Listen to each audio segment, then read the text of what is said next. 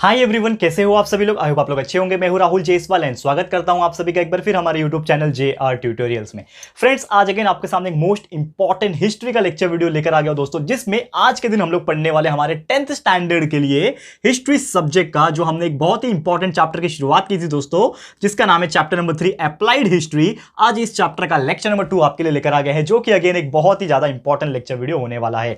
तो दोस्तों, आपको एक चीज याद दिला दूं कि जस्ट इसके पहले के लेक्चर में हमने इस चैप्टर की शुरुआत की थी और हमने देखा था कि हिस्ट्री पढ़ना हमारे लिए कितना ज्यादा इंपॉर्टेंट है। क्योंकि आपने बहुत सारी हिस्ट्री आज के पहले पढ़े, लेकिन वो हिस्ट्री पढ़ने का यूज क्या है, कभी गौर किया है क्या? कभी यूज सोचा है कि यार ये हिस्ट्री हम लोग क्यों पढ़ रहे हैं? हमेशा मन में मेरे भी ख्याल आता था जब मैं छोटा था कि यार ये हिस्ट्री हम लोग जो पढ़ते हैं, यार ये क्यों पढ़ रहे हैं? ये सुल्तान के बारे में, ये अलाउद्दीन खिलजी के बारे में, फिर उसके बाद जो मुगल्स हैं उनके बारे में, शिवाजी महाराज के बारे में, या फिर जो बहुत सारे लोग जो आए हमारे इसमें, ठीक है ना, ब्रिटिश के राज में, ये क्यों पढ़ना यार? हमें क्या मिलेगा पढ़ के? तो आज मैं आपको एक चीज बताऊंगा दोस्तों, अच्छा हुआ कि ये सब चीज आपने पढ़ा है और हमने पढ़ा है। क्यों?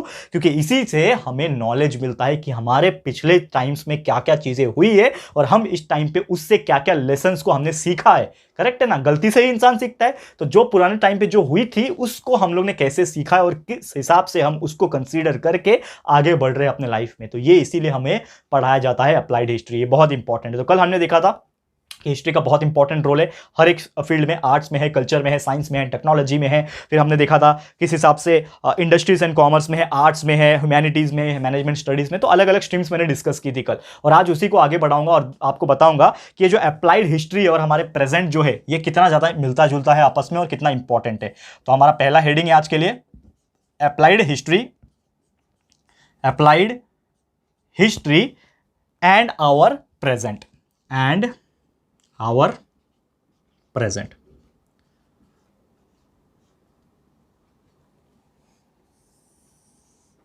ठीक है, applied history and our present.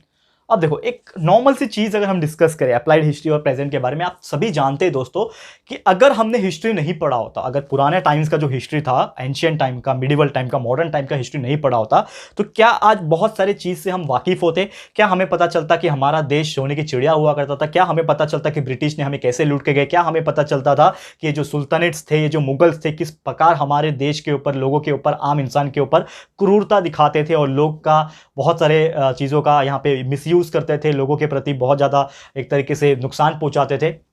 तो ये सब चीज़ हमें शायद नहीं पता चलती और हम अपनी गलतियों से शायद ना सीखते और आगे नहीं, इतना आगे नहीं बढ़ पाते हैं। ये बहुत सारे लोगों के साथ होता है, इसीलिए हिस्ट्री पढ़ना हमारे लिए बहुत ज़्यादा इंपॉर्टेंट हो जाता है। और सिंपल आंसर यही है कि जितना ज़्यादा हम लोग हिस्ट्री पढ़ेंगे उतना हमें नॉलेज बढ़ता है। क्यों नॉलेज बढ़ता है? क्योंकि यार जो इनविजिबल जो चीज़ें हैं, जो हमने अपने कभी आंखों से देखी नहीं है, लेकिन वो चीज़ है ना, आप नहीं मानोगे ना कि भगवान राम आके गए थे, ठीक है ना, क्योंकि हमने देखा नहीं है, लेकिन जो according to history, according to our some cultures and जो लिखा गया है, रामायण का जो पूरा सा लिखा गया है, महाभारत जो है पूरी लिखी गई है, तो वो क्या झुटला सकते हैं? कि हम लोग नहीं झुटला सकते, क्योंकि there are some sources of history which proves us, हमें बताता है कि यार ये सब चीजें हुई हैं। तो कहीं ना कहीं हम उसको जब पढ़ते हैं तो हमें क्या पता चलता है कि यार ये जो चीजें हुई है और किस हिसाब से हमें अपने लाइफ को आगे लेके जाना है। कुछ ट्रेडिशंस के बारे में, कुछ रूल्स के बारे में, और रूल्स एंड रेगुलेशंस हो गया, ट्रेडिशंस हो गया, कल्चर के बारे में, लाइफ लेसन्स के बारे में, ये सब चीज हमारे हिस्ट्री से तो हमें पता चलता है ना। तो हमारा आज का जो प्रेजेंट लाइफ है कहीं ना कहीं हमारे अप्लाइड हिस्ट्री में काम आता है और जुड़ा हुआ है। क्यों? क्योंकि हिस्ट्री का सही इस्तेमाल एग्जैक्टली यही है कि उसको पढ़ो और समझो और उसको अपने लाइफ में, प्रेजेंट में अप्लाई करो, फ्यूचर में अप्लाई करो, तभी ये सब चीज पॉसिबल हो जाएगा। और जो हमारा क्यूरियोसिटी था, हमेशा हम जानना चाहते हैं, क्योंकि इंसान एक ऐसे ही एनिमल होते हैं, इंसान एक जानवर ही होता है, सभी को पता है, आप सोशल एनिमल है, लेकिन हमारे अंदर एक ऐसा क्यूरियोसिटी होता है कि हम जानना चाहते हैं कि यार पुराने टाइम में क्या हुआ था, और उससे हम सीखते हैं बहुत सारी चीजें। तो ये सब चीज में हमें पता चलता है, हमारे पुराने हेरिटेज बिल्डिंग्स के बारे में पता चलता है, हमारे ट्रेडिशंस ऑफ एंसेस्टर, जो हमारे पूर्वज थे, हमारे फादर के फादर के फादर के फादर, मतलब अभी याद तो नहीं है कि कौन था, लेकिन यार उन्होंने क्या क्या काम किया था, हम लोग सोच सकते हैं ना, इमेजिन कर सकते हैं कि यार हमारे फादर, चलो हमारे मॉडर्न टाइम पे यानी इंडिपेंडेंस होने के बाद आए होंगे, आपके भी फादर इंडिपेंडेंस होने के बाद आए होंगे, लेकिन आपके फादर के फादर हो सकते हैं उनका जन्म इंडिपेंडेंस के पहले, यानी कि ब्रिटिश जब होंगे वो टाइम पे हुआ होगा। पूछ सकते हो आप लोग, आपके फादर के फादर के फादर के फादर हो सकता है शिवाजी महाराज के टाइम पे हुआ होंगे, या फिर उसके पहले का टाइम सुल्तानेट के टाइम, मुगल्स के टाइम। तो यार मतलब हम जब सोचते हैं ये सब चीजें तो कितनी ज्यादा एक्साइटमेंट लगता है, यार काश हम भी उस टाइम पे होते, ऐसा फीलिंग आता है ना। लेकिन अच्छा हुआ हम वो टाइम पे नहीं थे, क्योंकि आज के जमाने में हम जब पैदा हुए तो आज के डेट में हमारे पास सब कुछ है, रोटी कपड़ा मकान, जो बेसिक नीड होती है हमारे पास सब कुछ है, ठीक है ना। लेकिन वो टाइम के लोगों ने कितना स्ट्रगल किया है, ट्रेडिशंस के लिए, रिलीजन्स के लिए, कल्चर के लिए, अपने आर्ट वर्क के लिए, हर चीज के लिए इतना स्ट्रगल किया है ना, ये सभी चीज हमको कैसे पता चलेगा यार कि हमारे पेरेंट्स बताएंगे ठीक है, लेकिन हमारे पेरेंट्स सिर्फ उनके ही टाइम जोन का बता सकते हैं, लेकिन उनके पहले ये सब चीजें क्या हुई कैसे हुई ये हमें कहां से पता चलेगा? ये अप्लाइड हिस्ट्री से ही तो पता चलेगा ना, हिस्टोरियोग्राफी से ही तो पता चलेगा ना। और यही चीज हम अपने प्रेजेंट में लाते हैं और उसको कंसिडर करके आगे बढ़ते हैं। तो देखो कितना ज्यादा इंपॉर्टेंट हो गया है कि नहीं, इसीलिए ये चीज पढ़ना बहुत ज्यादा हमारे लिए इंपॉर्टेंट माना जाता है, ठीक है। और यही सब चीज से हम आगे बढ़ते हैं। तो और क्लियरली अगर बात करें, हमारा जो अगला टॉपिक है जिसमें हम लोग क्लियरली पढ़ेंगे आगे कि ये जो मैनेजमेंट होता है कल्चरल एंड नेचुरल हेरिटेज का, कभी आपने सोचा है दोस्तों कि ये जो कल्चरल साइट्स होते हैं, हेरिटेज साइट्स होती है जो अंग्रेजों ने बनाया, मुगल्स ने बनाया, और या फिर हमारे इंडियन के पुराने जो हमारे पूर्वज थे उन्होंने इतना बेहतरीन शानदार मंदिर बनवाए हैं, ठीक है, टेंपल्स बनाए हैं। यहाँ पे आप साउथ साइड चले जाओ, इतने बेहतरीन मंदिर है, इतने बेहतरीन सुंदर सुंदर है कि आप सोच भी नहीं सकते कि आज के जमाने के इंजीनियर भी वो सब चीज बना सकते हैं, इतनी बेहतरीन डिजाइन है। तो वो सब चीज आज भी गवर्नमेंट उसकी रक्षा क्यों करती है, उसके ऊपर प्रोटेक्शन क्यों प्रोवाइड करती है? क्या जरूरत है? म्यूजियम्स में कुछ अच्छी चीजें क्यों रखती है, ठीक है ना, हेरिटेज साइट्स को अच्छे से प्रिजर्व क्यों किया जाता है? क्या जरूरत है? तोड़ दो, जाने दो, हमको क्या करना है? पुराने जमाने में जो हुआ जाने दो, छोड़ दो। ऐसा कर सकते हैं कि हम लोग नहीं कर सकते। क्यों? क्योंकि हमारी वो शान है, हमने उससे सीखा है, हमने उसको यहाँ पे माना है। तो ये चीज़ हमारे लिए इतना इंपॉर्टेंट है, इसीलिए हम जो कल्चरल साइट्स होते हैं, हेरिटेज साइट्स होते हैं, कुछ मॉन्यूमेंट्स होते हैं, हिस्टोरिकल मॉन्यूमेंट्स, स्टोरीज होते हैं, फिर मेमोरियल्स होते हैं, फिर स्टैच्यूज होते हैं, बिल्डिंग्स होती हैं, कुछ ऐसी मॉन्यूमेंट्स होते हैं, बहुत सारी चीज़ें अभी तो मुझे याद भी नहीं आ रही, लेकिन ये सब चीज़ें जो होती हैं उसको हम लोग क्या करते हैं? कंजर्व करते हैं, प्रिजर्व करते हैं। ताजमहल कब की बात है यार? ये शाहजहां ने बनवाया था, ऐसा बोला जाता है, ठीक है। तो शाहजहां ने जो बनवाया था, कितने साल हो गए? लगभग 1600 16th सेंचुरी के भी शायद पहले का टाइम है, मुझे एग्जैक्टली याद नहीं है, शायद 1500 सेंचुरी, यानी आज से 600 700 800 साल पहले की बात है। तो वो टाइम पे जब इन्होंने बनवाया था, तो और वो आज भी वैसे का वैसे ही, थोड़ा बहुत दाग धब्बे आ गए हैं, वो तो होता ही रहेगा, लेकिन आज भी हम लोग प्रिजर्व करते हैं। मैं खुद गया था 3 साल पहले, वहाँ पे देखा तो अच्छे से प्रिजर्व करके अच्छे से हेरिटेज साइट बना के रखा है। क्यों? क्या जरूरत है? किसी और ने बनवाया था, हमको क्या करना है? लेकिन हम उसको मानते हैं, उससे हमें स्टोरी के बारे में पता चलता है। और कहीं पर भी हम जाते हैं, इमेजिन किया होगा, तो आप कहीं पे भी जाओ, जैसे कि आप ताजमहल अगर घूमने जाते हो, तो आप सिर्फ घूमने के लिए नहीं जा रहे हो कि वो जगह कैसा है वो देखने के लिए नहीं जा रहे हो। इन शॉर्ट आप उसके बारे में पढ़ने जा रहे हो, आप उसके बारे में हिस्ट्री जानकारी जानने जा रहे हो। क्योंकि आप अगर आप ताजमहल जाते हो, अपने मॉम डैड के साथ जाते हो या फिर आपके फ्रेंड्स के साथ जाते हो, तो आपके मन में हमेशा एक सवाल आएगा कि यार ये ताजमहल को बनाया किसने था? तो आपको पता लगेगा कि यार इसको शाहजहां ने बनाया था। ऐसे बहुत सारे एग्जाम्पल्स है ना, बहुत सारे ऐसे एग्जांपल्स हैं। मैं सिर्फ ताजमहल की बात नहीं करूंगा, ऐसे सो मेनी एग्जांपल्स हमारे कंट्री में है, कुतुब मीनार है, एंड सो मेनी थिंग, अभी तो मुझे याद भी नहीं आ रहा है, लेकिन इतने सारे चीजें हैं यार, हमारे बिल्डिंग्स है, टेंपल्स है, स्टैच्यूज है, मेमोरियल्स है। तो ये सब चीज क्यों बनाया गया, कैसे बनाया गया, किसके द्वारा बनाया गया, किसके याद में बनाया गया, ये सब चीज से ही हमें हिस्ट्री पता चलती है। और इसी के लिए हमें अगला टॉपिक पढ़ना है जो कि है मैनेजमेंट। तो क्या है टॉपिक? मैनेजमेंट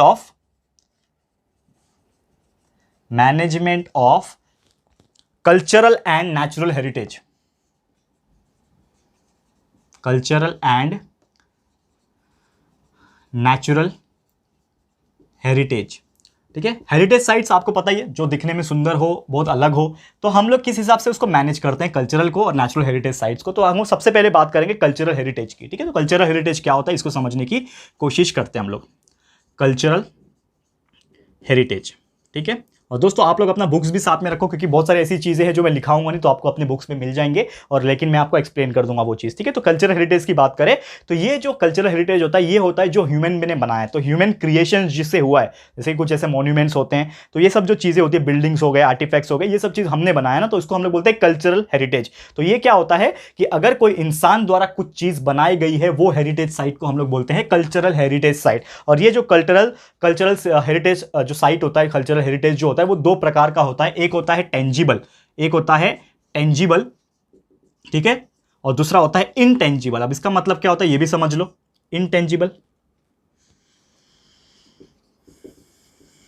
ठीक है, टेंजिबल और इनटेंजिबल, इसका मतलब समझ लो। तो सबसे पहले तो आपको ये समझ में आ गया होगा कि कल्चरल हेरिटेज ऐसा होता है जो ह्यूमन बींग्स ने बनाया, यानी कि मुगल्स ने बनाया होगा, सुल्तानेट से लोग ने बनाया होगा, ब्रिटिश ने बनाया होगा, हम इंडियंस ने बनाया होगा, तो ये कल्चरल हेरिटेज होते हैं। तो कल्चरल हेरिटेज दो टाइप के होते हैं। पहला जो होता है टेंजिबल कल्चरल हेरिटेज, ये क्या होता है इसको समझने की कोशिश करते हैं। तो कल्चरल हेरिटेज टेंजिबल वाला अगर मैं बात करूं, इसमें आ जाते हैं कुछ ऐसे टाइप के कल्चरल हेरिटेज, जैसे कि एंशिएंट साइट, पुराने साइट, जैसे कि मोहनजोदारो, हड़प्पा, ये सब क्या हो गया, बहुत पुराने साइट्स हो गए, मतलब जगह हो गया। तो कुछ पुराने एंशिएंट जगह हो गए, साइट्स हो गए, उसको कल्चरल हेरिटेज टेंजिबल में माना जाता है। तो टेंजिबल में ये आ गए। फिर जैसे कि कुछ बिल्डिंग्स होंगे पुराने, उसको मान लिया गया। आर्टिफैक्ट्स, जमीन खोद के हम कुछ निकालते हैं तो हमें कुछ आर्टिफैक्ट सामान वस्तु मिलता है, तो उसको आर्टिफैक्ट्स बोलते हैं। मैन्युस्क्रिप्ट्स हो गया, कुछ लिखा हुआ चीज हो गया। स्कल्पचर्स हो गए, किसी के पुतले हो गए, स्टैच्यूज हो गए, पेंटिंग्स हो गए। तो ये जितनी चीजें होती हैं इसको हम कहते हैं टेंजिबल, यानी कि टेंजिबल कल्चरल हेरिटेज। अब दूसरा दूसरा जो होता है इंटेंजिबल, अगर मैं उसकी बात करूं, इंटेंजिबल कल्चरल हेरिटेज की बात करूं,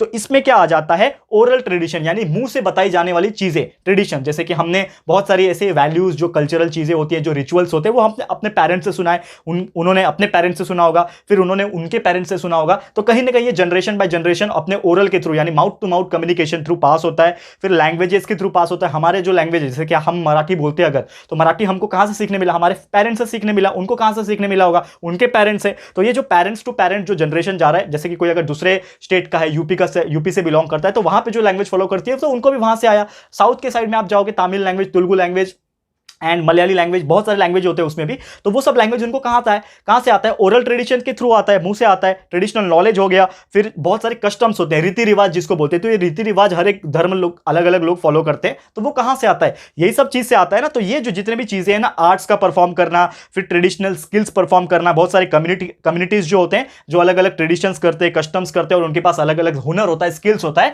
तो ये सभी चीज इंक्लूड हो जाता है किसके अंदर, इंटेंजिबल कल्चरल हेरिटेज के अंदर आ जाता है। क्लियर है? तो उम्मीद करता हूं कि ये चीज आपको बहुत ही अच्छे से क्लियर हो गया होगा कि कल्चरल हेरिटेज क्या होता है और टेंजिबल और इंटेंजिबल इसमें क्या होता है। ये दोनों चीज मैंने आपको एक्सप्लेन कर दिया। ठीक है दोस्तों, अब चलते हैं अगले की तरफ, यानी कि कल्चरल हेरिटेज आपने पढ़ लिया, पहला था हमारा, पहला मैनेजमेंट ऑफ कल्चरल हेरिटेज पढ़ लिया। अब दूसरा चीज इसी में आ जाता है दोस्तों, वो है नेचुरल हेरिटेज। तो नेचुरल हेरिटेज क्या होता है, ये हम लोग थोड़ा डिस्कस करेंगे, फिर आज का लेक्चर को स्टॉप करेंगे।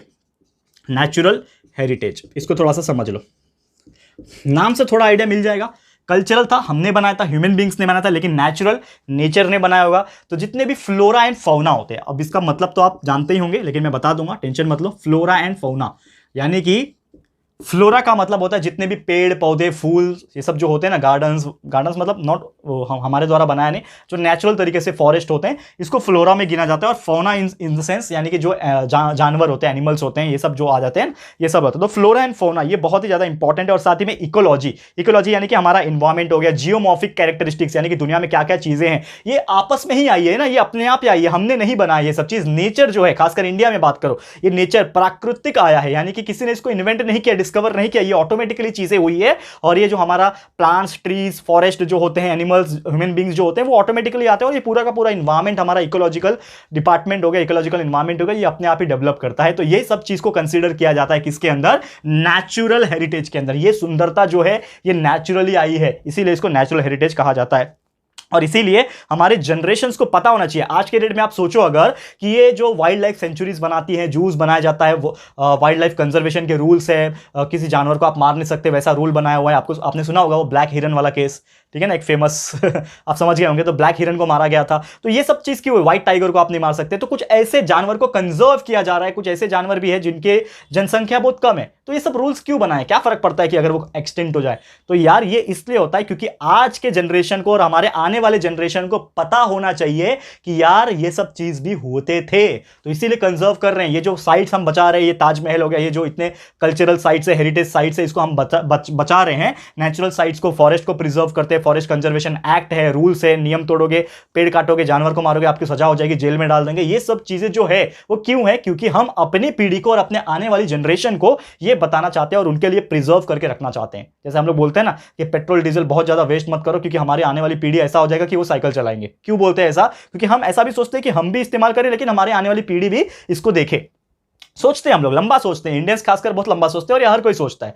तो वैसे ही उसी प्रकार ये जो हेरिटेज साइट्स होते हैं, टेंजिबल, इंटेंजिबल, कल्चरल, नेचुरल, इसको हम लोग अपने नेक्स्ट जनरेशन के लिए प्रमोट करें, प्रिजर्व करें। और ग्लोबल एटमॉस्फेयर जो कि होता है हमारा, जैसे कि पूरे वर्ल्ड की अगर बात करें, यूनेस्को, ठीक है ना, यूनेस्को एक ऑर्गेनाइजेशन है, पूरे वर्ल्ड के ग्लोबल लेवल पे ऑर्गेनाइजेशन है, जो कि मेंटेन करता है कि आपका कल्चरल और नेचुरल हेरिटेज का जो वैल्यू है वो बना रहे और लोग इसको देखें और लोग इसको प्रेरित करें, और ये सब चीज़ आगे ऐसे ही चलता रहे। तो ये सब चीज़ को, साइट्स को वर्ल्ड हेरिटेज के तौर पे भी जाना जाता है, यानी कि सुंदरता जो साइट्स होती है, ठीक है ना, ये सब चीज को माना जाता है। ठीक है, और जो लिस्ट है यूनेस्को वर्ल्ड नेचुरल हेरिटेज का, उसमें हमारा वेस्टर्न घाट, हमारे महाराष्ट्र में आपको पता है वेस्टर्न घाट्स आता है, पूरा पहाड़ वाला इलाका जो है ना, वेस्टर्न घाट्स। तो वेस्टर्न घाट जो है, इसको यूनेस्को वर्ल्ड हेरिटेज साइट में भी शामिल किया गया, यानी कि इतना सुंदर दृश्य दिखाई देता है वेस्टर्न घाट्स का कि इसको यूनेस्को के लिस्ट में, यूनेस्को हर साल अपना एक लिस्ट निकालता है जिसमें बहुत ही सुंदर सुंदर जगह को लिस्ट के तौर पर नंबरिंग दिया जाता है। तो हमारा महाराष्ट्र में वेस्टर्न घाट जो है, इसका भी नंबर आता है। फिर अगर बात करो तो कास प्लेट्यू, सातारा डिस्ट्रिक्ट में आता है, ये भी महाराष्ट्र में, सातारा डिस्ट्रिक्ट में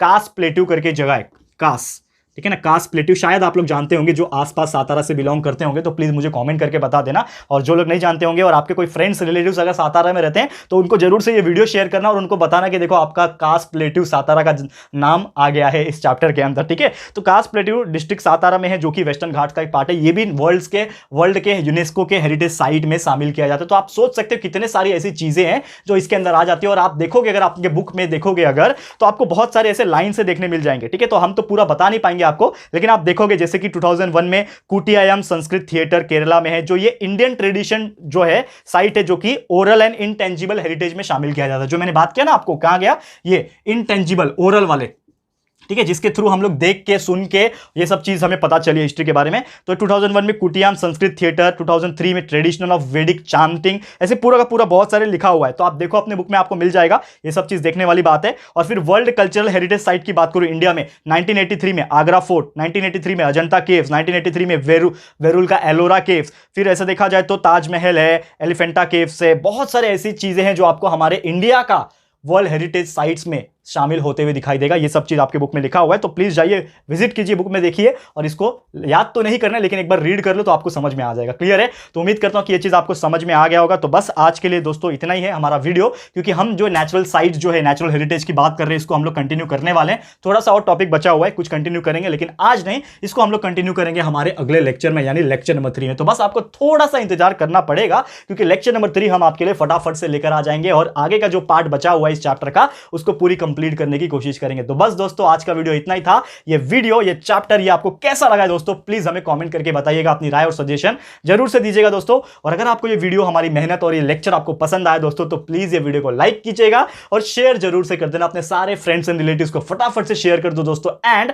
अगर आपने अभी तक इस चैनल को सब्सक्राइब नहीं किया है तो फटाफट से हमारे चैनल को भी सब्सक्राइब कर देना, साथ में एक बेल आइकन होता है उसको प्रेस कर देना, ताकि फ्यूचर में हम कोई भी वीडियोस को अगर अपलोड करेंगे तो आप लोग को नोटिफिकेशन मिलती रहेगी। ठीक है फ्रेंड्स, तो मिलते हैं हमारे अगले वीडियो में। ये वीडियो देखने के लिए thank you and good bye.